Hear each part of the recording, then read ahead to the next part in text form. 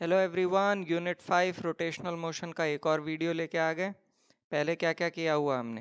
पहले हमने पढ़ा centre of mass, equations of rotational motion. और इस वीडियो में क्या पढ़ेंगे? इसमें हम पढ़ेंगे torque, torque in cartesian coordinates, torque in polar coordinates, applications of torque and power associated with torque. चलिए, क्या आपको पता होना चाहिए? सबसे पहली बात, पोजीशन वेक्टर जो कि होता है r is equals to x i plus y j plus z के।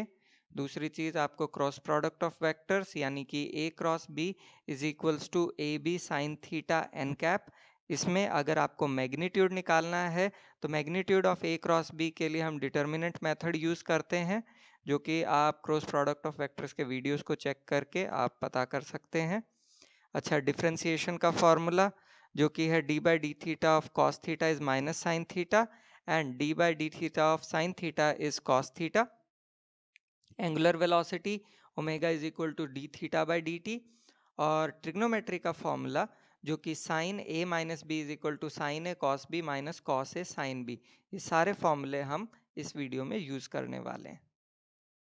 चलिए, बात करते हैं टॉर्क या मोमेंट ऑफ फोर्स। इसका सिंबल होता है टाउ। तो it gives the turning effect of the force about the fixed axis, and it is measured as the product of magnitude of force and perpendicular distance of the line of action of force from the axis of rotation. Don't worry, सारा explain किया जाएगा। Now tau is equals to होता है r cross f यानी कि r f sin theta n cap, जहाँ theta है आपका small angle between r and f और n cap is the unit vector along tau यानी कि टॉर्क। अच्छा, इसकी एसआई यूनिट होती है Newton metre.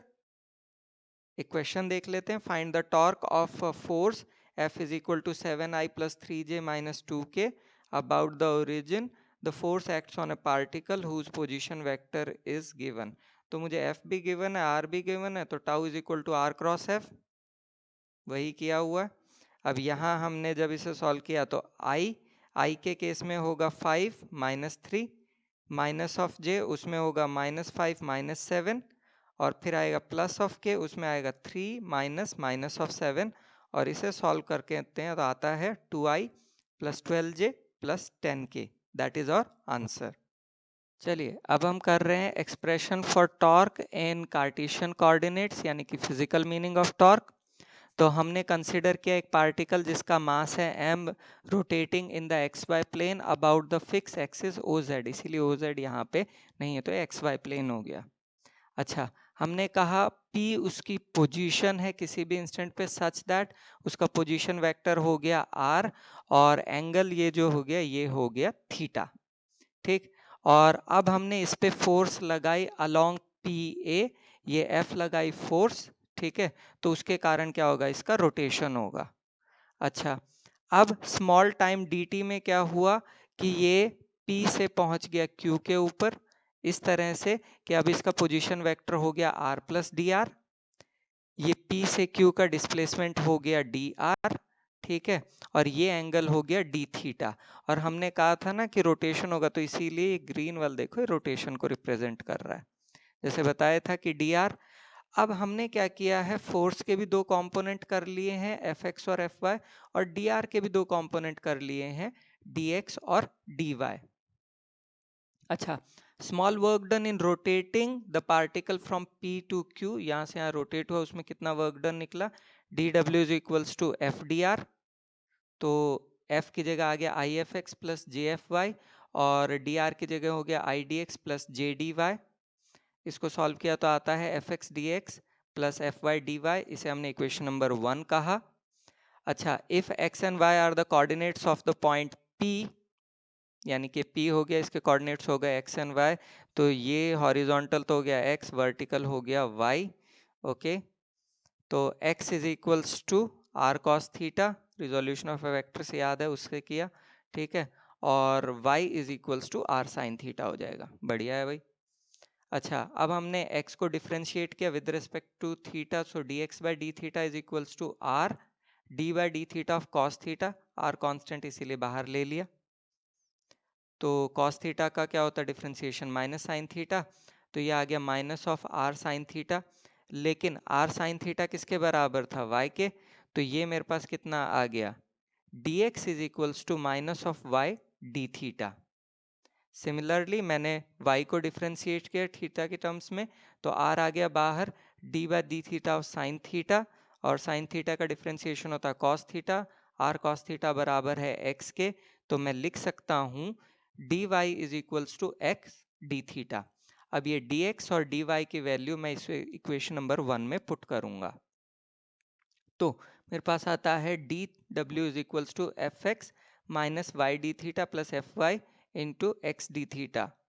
D theta common, तो ये x f y minus of y f x, और उसको मैंने लिखा टाउ डी थीटा, जहाँ पे आपका टाउ यानी कि टॉर्क है x f y minus of y f x के बराबर। अब कंफ्यूज नहीं होना है, याद करो हमारा फोर्स का फॉर्मूला क्या था, D W is equals to F D R, ये स्ट्रेट लाइन मोशन के लिए था। तो रोटेशन में अगर देखूं तो डी डब्ल्यू तो डी डब्ल्यू ही है, डी आर की जगह डी थीटा आ गया, यानी कि हम जब स्ट्रेट लाइन बात करते हैं तो ये आपका डिस्प्लेसमेंट होता है, यहाँ डी थीटा डिस्प्लेसमेंट हो गया। तो अगर यहाँ स्ट्रेट लाइन में ये फोर्स है, सो फोर्स की representative term in rotation tau होगी। ना expression for torque in polar coordinates, तो हमने यही डायग्राम लिया जिसमें मेरा पॉइंट P के ऊपर पार्टिकल है, पोजीशन कोऑर्डिनेट्स एक्स वाई हो गए, थीटा का एंगल और r पोजीशन वेक्टर। तो line of action of force, ये फोर्स F का line of action x axis के साथ अल्फा का एंगल बना रहा है, तो इसका मतलब ये निकला कि एफ एक्स हो जाएगा एफ कॉस अल्फा के बराबर, और एफ वाई हो जाएगा एफ साइन अल्फा के बराबर। ठीक है, अच्छा बताया था x is equal to r cos theta and y is equals to r sine theta. तो टाउ का क्या फॉर्मूला था, x f y minus of y f x, तो मेरे पास एफ एक्स एफ वाई भी है और एक्स वाई भी है, सारी वैल्यूज पुट करते हैं, आर और एफ कॉमन आ गया, ये हो गया sine alpha cos theta minus cos alpha sine theta, जो कि बराबर होता है साइन अल्फा माइनस थीटा के बराबर। तो ये आ गया tau is equals to r f sine alpha minus theta. अच्छा, अब अगर मैं कहता हूं कि फाई जो है ये एंगल है जो लाइन ऑफ एक्शन जो है ओपी के साथ बना रही है, तो ओपी के साथ फोर्स जो एंगल बना रही ये वाला एंगल ये फाई है, तो वर्टिकली ऑपोजिट से ये भी फाई हो जाएगा। अब अगर मैं एक्सटीरियर एंगल प्रॉपर्टी को यूज करूं तो उसके हिसाब से अल्फा इज इक्वल्स टू कितना होगा, थीटा प्लस फाई, तो फाई कितना निकलेगा, अल्फा माइनस थीटा। तो अब मैं क्या करता हूं, यहां लिखता हूं tau is equals to r f sine phi, यानी कि आर क्रॉस एफ। अब मैं लेता हूं ट्राइंगल ओ पी एन, ये वाला ट्राइंगल, इस ट्राइंगल के अंदर अगर मैं साइन फाई निकालूं, वो निकलता है o n upon o p यानी कि आर। तो मेरे पास ओ एन किसके बराबर आ गया, आर साइन फाई, यानी कि यहाँ आर साइन फाई की जगह मैं ओ एन लिख सकता हूँ। तो मेरे पास आता है tau is equals to f into o n, यानी कि force into perpendicular distance of line of action of force from the axis of rotation. तो ये देखो, ये line of action of force from the axis of rotation, और ये O N हो गया परपेंडिकुलर डिस्टेंस। चलिए कुछ इंपॉर्टेंट पॉइंट्स टॉर्क से रिलेटेड। सबसे पहली बात, टॉर्क मैक्सिमम कब होती है, जब आपका परपेंडिकुलर डिस्टेंस सबसे ज़्यादा होता है एक्सिस ऑफ रोटेशन से। एग्जांपल में, handle of a door is always provided near the edge, देखो यहाँ पे एक्सिस ऑफ रोटेशन से जितना ज़्यादा है हैंडल का डिस्टेंस, उतनी ही कम फोर्स लगानी पड़ रही है इसे टर्न करने के लिए, रोटेट करने के लिए। ठीक है, सेकंड, अगर आपको एक नट को अनस्क्रू करना है तो उसके लिए आप रेंच जो यूज करते हैं उसकी भी लॉन्ग आर्म होती है, क्योंकि डिस्टेंस आपका बढ़ गया तो आपको फोर्स कम लगानी पड़ेगी रोटेशन के लिए। When r is long, force required is small, यही मैंने बता दिया आपको। मैक्सिमम टॉर्क होती है जब फाई 90 डिग्री होता है, मिनिमम होती है जब फाई 0 या 180 होता है। रेक्टेंगुलर कॉम्पोनेंट्स, यानी कि अगर एक्स एक्सिस के अलॉन्ग टॉर्क निकालनी है तो y f z minus z f y, along y axis निकालनी है तो z f x minus x f z, और अगर जेड एक्सिस के अलॉन्ग निकालनी है तो x f y minus of y f x. Power associated with torque. तो हमने कहा कि एक पार्टिकल है जिसको हमने डी थीटा से रोटेट किया, तो वर्क डन करना पड़ेगा कितना, d W is equals to tau d theta, दोनों साइड डी टी से डिवाइड कर दिया। अब डी डब्ल्यू बाई डी टी होता है पावर, टाउ तो टाउ, और d theta by d t होता है omega, so p is equals to tau omega. यहाँ पे P आपका average power associated with torque और omega is average angular speed of the body in this interval.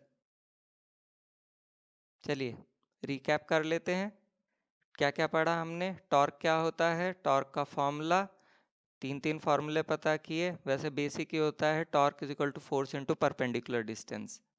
SI unit इसकी newton metre, ठीक है। Torque maximum जब होती है कि आपका एक्सिस ऑफ रोटेशन से डिस्टेंस मैक्सिमम हो तो फोर्स कम लगानी पड़ती है।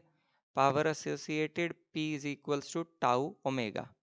It's time for the assignment, सिर्फ 5 क्वेश्चन है, तो पहले इन सारे क्वेश्चंस को खुद ट्राई करो और उसके बाद वीडियो को प्ले करो आंसर्स मैच करने के लिए। चलिए it's time for assignment answers. Question number 1, which component of a force does not contribute towards the torque, और आंसर है रेडियल कंपोनेंट ऑफ फोर्स, यानी कि वो कंपोनेंट जो कि either is acting along the same direction और opposite direction of force, यानी कि थीटा जब आपका 0 या 180 होता है उसमें आपका टॉर्क 0 होता है। What is the value of linear velocity, यानी कि v निकालना है, ओमेगा और r गिवन है, फॉर्मूला हमें पता ही है, v equal to omega r, values रखी, इसमें हम डिटर्मिनेंट मेथड यूज करते हैं, तो मेरे पास आता है v is equals to minus of 18i minus of 13j plus 2k। A wheel 0.5 meter in radius is moving with a speed of 12 meter per second. Find its angular speed.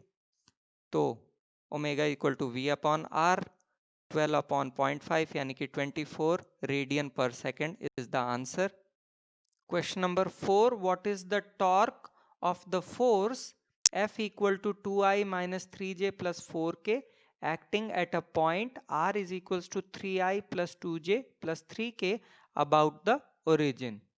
Torque का formula होता है r cross f, हमने determinant वाले में r और f की values रखी, और इसको जब हम सॉल्व करते हैं तो हम लिखते हैं i, then 8 minus minus 9 minus of j, then 12 minus 6 plus of k minus 9 minus 4, और इससे मुझे आंसर मिलता है 17i minus 6j minus 13k।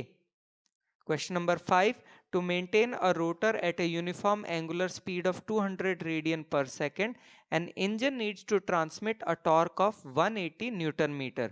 What is the power required by the engine? क्या गिवन है, ओमेगा और tau.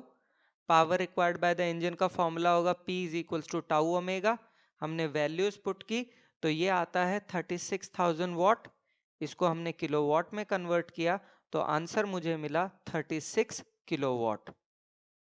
Now it is the time for acknowledgement. Google, Bing, NCERT सबका धन्यवाद, इमेजेस वगैरह जहाँ से ली गई हैं, थैंक यू सो मच। और नेक्स्ट वीडियो एंगुलर मोमेंटम पे ज़रूर देखिए, थैंक यू सो मच।